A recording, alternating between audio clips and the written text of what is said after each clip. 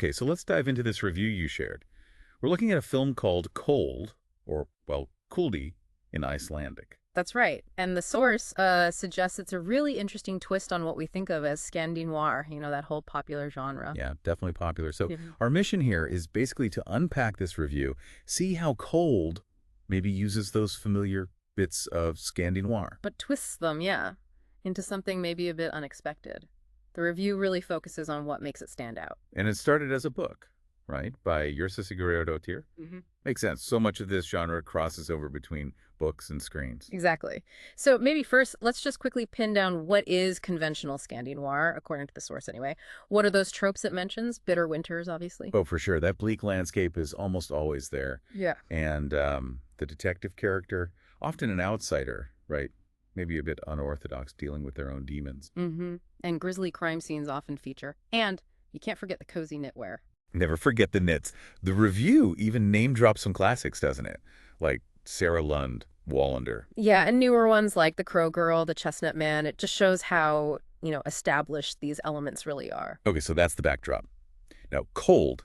The main character is Detective Ódinn Hafsteinsson, played by Johannes Hokur Johannesson. Right. And he's coming back to work just after his ex-wife's suicide, which is quite a starting point. Yeah, and his job. It's a cold case from way back in the 80s. Deaths of 2 young boys happened at some kind of juvenile detention center, Croker. And pretty quickly, Owen starts thinking there's a connection between this old case and his ex-wife's death just now. The review raises a good point. Is that connection real, or is it, maybe his grief kind of projecting? That's a good question. And there's a personal angle, too, with his daughter, Run. She's struggling badly after her mom's death. Valhall Jóhannesdóttir plays her. Right. So you've got the setup, but here's where the source says it really starts to veer off the typical path. Okay. How so? Well, instead of just pure crime procedural, the review flags it as having much more of a ghost story feel. Oh, interesting. Like literally ghosts. Or more atmospheric. More atmospheric, it sounds like. The review mentions lots of, walking down dark corridors, things moving unexpectedly, creepy noises. Okay. And even the music score apparently primes you for jump scares. So visually, it's maybe pulling back from the gore we sometimes expect. Seems like it. The source specifically notes there aren't really those typical blood in the snow scenes, none of the usual gristle, it says, despite opening with that suicide. Huh. That feels like a deliberate choice. I think so. And the way it's structured sounds different, too. It uses a dual timeline. Right, so we see OG now, in the present. And also this young woman, Aldous, played by Elaine Hall, who actually worked at that detention center back in the 80s when the boys died. And the review describes both of them, Ole and Aldous, as seeming utterly haunted. For different reasons, obviously. Yeah, and that leads to maybe the core idea the source pulls out. It argues that even though the detective is male, this is actually very much a film about female trauma. Wow. Okay. That's a really different lens for Scandinoir. How does that show up? Well, it details it through several characters, like Aldous' mother. In the present day, she's in psychiatric care, convinced something called the Shadow took her daughter. Heavy stuff. And Aldous herself back in the 80s. She starts panicking at the center, seeing and hearing things, and someone tells her, chillingly, that lots of girls who took that job didn't last very long. Makes you wonder why. Yeah, definitely. And then there's Run, the daughter, in the present. Right. Haunted by her dead mother in dreams, drawing these really disturbing pictures that might hint at what actually happened to Lara, the mother. The cause of the suicide is a big question mark. So you have the boys' home, where the review mentions obvious, like, physical abuse in the past. But for the women, it seems to be much more psychological. This haunting presence, this trauma. And the review suggests that's what gives Cold its interesting edge. It stops it from just being another cop show. Yeah, and it even says the actual police investigation part might be the least interesting bit. Gets the least screen time, apparently. So the director, Illingur Throdsson, what's his focus then? According to the source, he's really leaning into those ghostly elements, fleshing out Aldous and Run and Lara, making their trauma feel credible and compelling. And the setting must help. That desolate Croker place sounds pretty atmospheric. Oh, definitely. The review highlights those scenes as being particularly tense. Does the review think it all works perfectly?